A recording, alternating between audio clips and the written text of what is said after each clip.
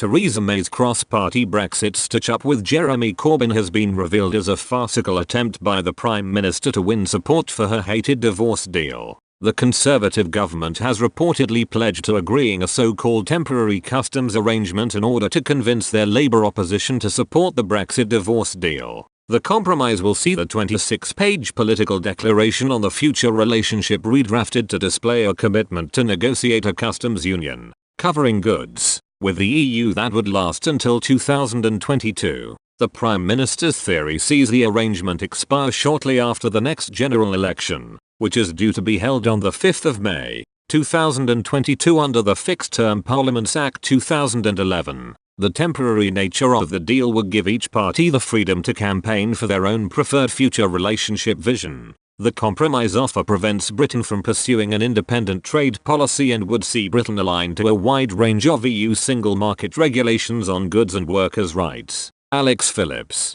a Brexit Party European election candidate for the South East, said, "It's clear Mrs May is trying to dupe the public yet again with another barely concealed lie, by trying to stitch up a deal with the Labour Party to remain in a customs union until the next general election. She is pushing through a version of Remain in the hope that she will wash her hands of responsibility and let Labour drag us fully back inside. It would be Brexit by name only," she added. The Eurocrats in Brussels will be smacking their lips at this revelation, but the British people will not be conned. It's up to the few decent-minded MPs left in Westminster to block this stitch-up and call out Theresa May for her cascade of half-truths and broken promises that has made a total mockery of our democratic vote. But realistically, the Prime Minister is using her Labour compromise as cover for allowing the transition period to be extended until December 2022. In the 585-page draft EU withdrawal agreement, Britain and Brussels agreed that they could extend the transition period,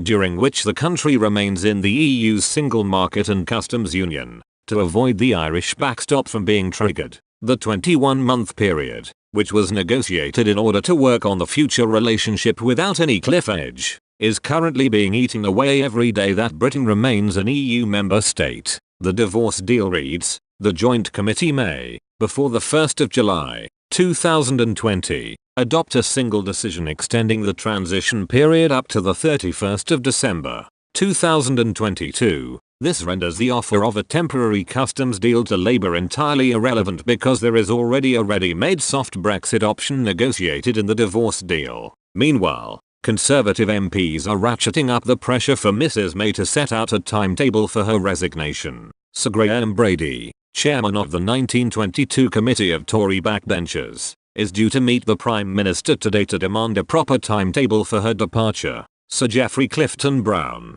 committee treasurer, said Mrs May should announce a roadmap for her quitting after the European election set for the 23rd of May. He said, "We are now having to face the prospect of European elections. I would have thought that fairly soon after that would be time for her to think about setting a schedule to find her successor." Mrs May has pledged to step down after her Brexit deal is ratified, but has not offered an update on her position after agreeing to delay Brexit until the 31st of October. Hardline Brexiteer Steve Baker said it was madness that Mrs May was trying to strike a deal with Mr Corbyn over the heads of Tories and her parliamentary allies in the dupe. He said that it would be an act of unconscionable folly and of stupendous lack of foresight. Even to contemplate it is to declare surrender to Jeremy Corbyn as Prime Minister.